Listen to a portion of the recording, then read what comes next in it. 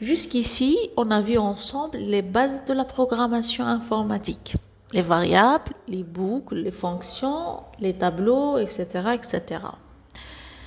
Et sûrement, à ce stade-là, vous vous posez la question, et maintenant, je fais quoi?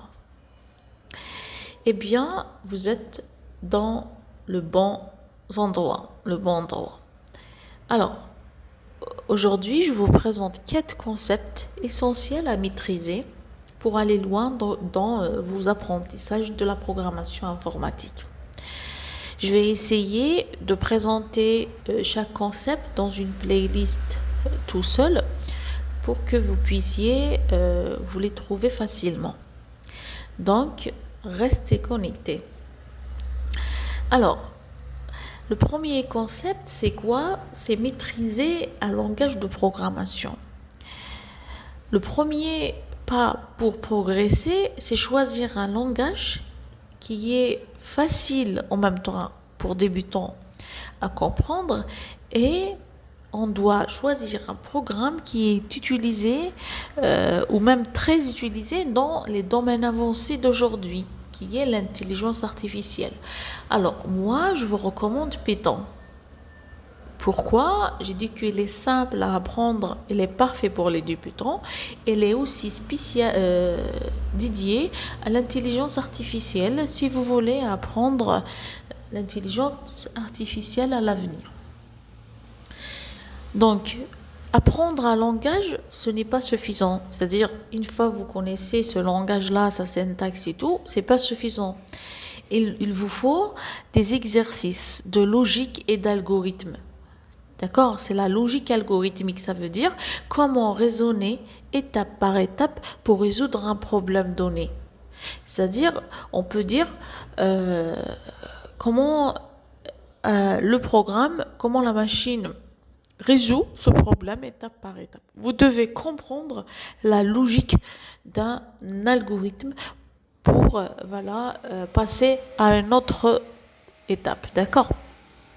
Donc ça, c'est le premier concept, c'est de maîtriser un langage tel que le Python et aussi comprendre et faire des exercices, beaucoup plus d'exercices sur beaucoup plus la logique, l'algorithmique et tout, d'accord? Le deuxième concept, c'est quoi? C'est la programmation orientée objet. La programmation orientée objet, donc on peut dire, c'est une façon de réfléchir. D'accord, c'est facile. Je vais essayer de vous expliquer après dans une série d'idées sur ça. Donc, c'est quoi en fait la programmation orientée objet, ou POO, voilà pour abréviation, permet d'organiser son code en objet. C'est-à-dire, si j'ai un utilisateur, j'ai créé un objet utilisateur. Si j'ai des produits, je vais créer un objet produit, etc. D'accord? Donc, orienté objet, c'est-à-dire elle est basée sur des objets. Et on parle aussi des notions comme les classes, on a dit les objets, l'héritage, l'encapsulation, le polymorphisme, etc., etc. Donc, chaque langage à sa propre manière d'implémenter la programmation orientée objet. Donc, par exemple, avec Python, donc c'est-à-dire la syntaxe. Je parle de la syntaxe, je parle pas de principe. Voilà, donc on a qu'en Python. Donc Python, on peut apprendre la programmation orientée objet en Python. Voilà, ou vous pouvez choisir un autre langage, comme vous voulez.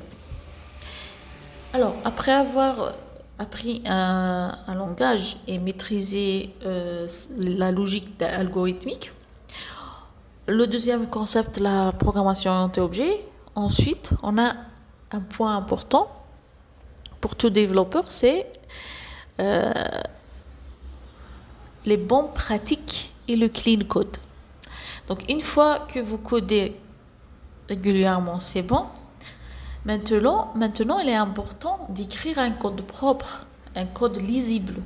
Ça s'appelle du clean code. Le clean code, c'est un code lisible, clair et surtout réutilisable. D'accord?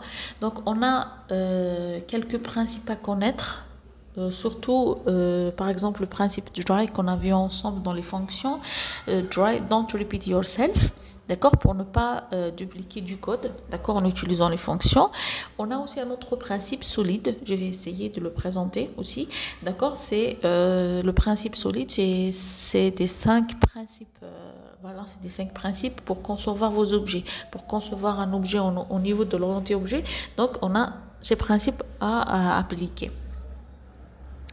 Voilà, donc ça c'est un premier point concernant les bonnes pratiques et le clean code. Il y a aussi une bonne pratique très utile aujourd'hui, en 2025 surtout, et je vois que tout développeur doit le connaître, c'est le versionning de code ou versionner votre code.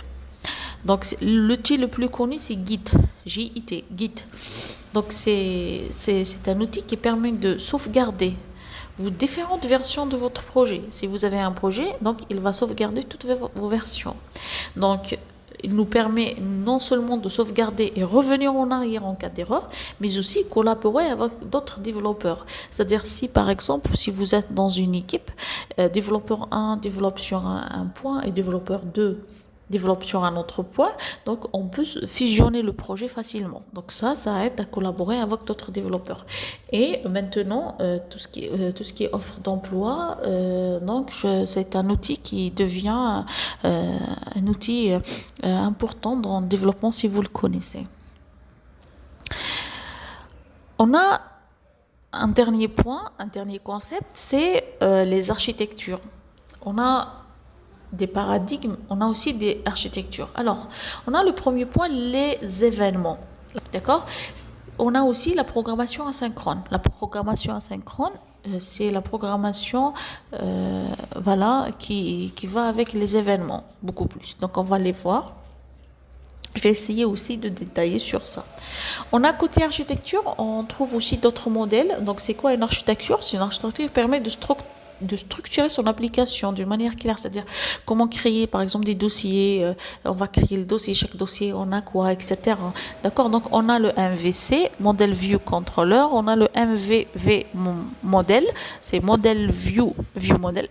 On a aussi le Clean Architecture, donc on va essayer de présenter quelques architectures sur ça. Donc ces architectures permettent de différencier c'est quoi, où est la vue, où est la logique, etc., etc. Donc on va essayer de récapituler tout ça dans une vidéo. Mais en attendant, vous pouvez chercher sur le net, on a plein de tutos, des vidéos sur ça.